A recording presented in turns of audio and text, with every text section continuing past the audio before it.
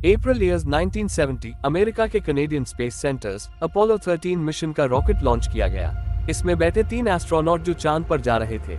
NASA का यह already तीसरा मिशन लोगों को चांद तक भेजने का था। पिछले 2 मिशंस के सक्सेस को देखकर इस रॉकेट में बैठे एस्ट्रोनॉट्स अपने मिशन को लेकर बड़े कॉन्फिडेंट थे। अप्रैल 1970 जब इनका स्पेसक्राफ्ट धरती से करीब 3,30,000 किलोमीटर दूर था, अचानक इन्हें एक धमाके की आवाज सुनाई देती है, जिससे पूरा स्पेसक्राफ्ट हिल जाता है। रीजन इनका एक ऑक्सीजन टैंक पूरी तरह से फट चुका था और दूसरे ऑक्सीजन टैंक में ऑक्सीजन बड़ी तेजी से खत्म होती जा रही थी। स्पेसक्राफ्ट में बैठे एस्ट्रोनॉट्स उन्हें देखकर बताते हैं कि ऑक्सीजन लीक होता जा रहा है।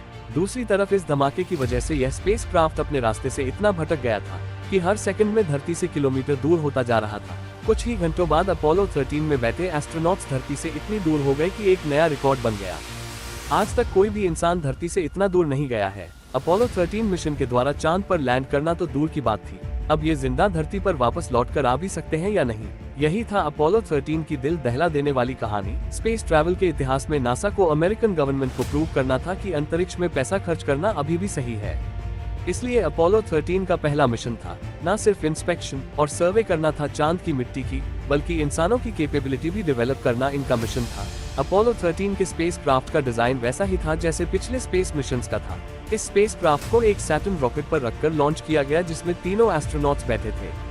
11 अप्रैल 1970 अपोलो 13 को लॉन्च सेफली और सक्सेसफुली होती है। इस स्पेसक्राफ्ट में बैठे 3 एस्ट्रोनॉट्स, कमांडर जिम लवल, दूसरे लूनर मॉडल के पायलट फ्रेड हाइज और तीसरे कमांड मॉडल के पायलट जैक स्विगेट, जिन्हें इस मिशन के लिए चुना गया था।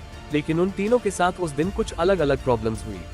मिशन का तीसरा दिन 13 अप्रैल को क्रू को बताया जाता है कि उन्हें लूनर मॉडल में कुछ टेस्ट करने पड़ेंगे।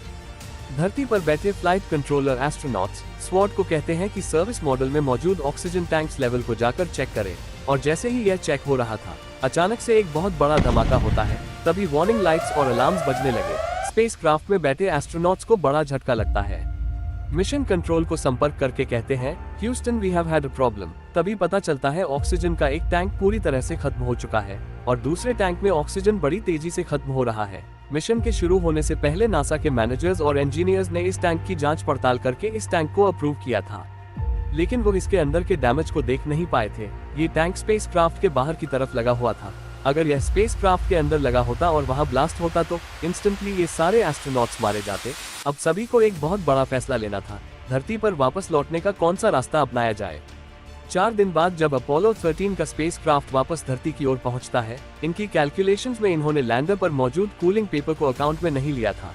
इसकी वजह से पूरा स्पेसक्राफ्ट रास्ते से भटक गया था। पूरी दुनिया अब्दुल थाम के न्यूज चैनल्स को देख रही थी और एस्ट्रोनॉट्स के धरती पर वापस लौटने का बेसब्री से इंतजार कर ही रहे थे कि खबर मिलती है कि तीनों के तीनों एस्ट्रोनॉट्स जिंदा बच गए हैं। कमांड मॉडल पर तैनात पैराशूट उन्हें पैसिव प्रिकॉशन के साथ अंदर सावधानी से ले गए।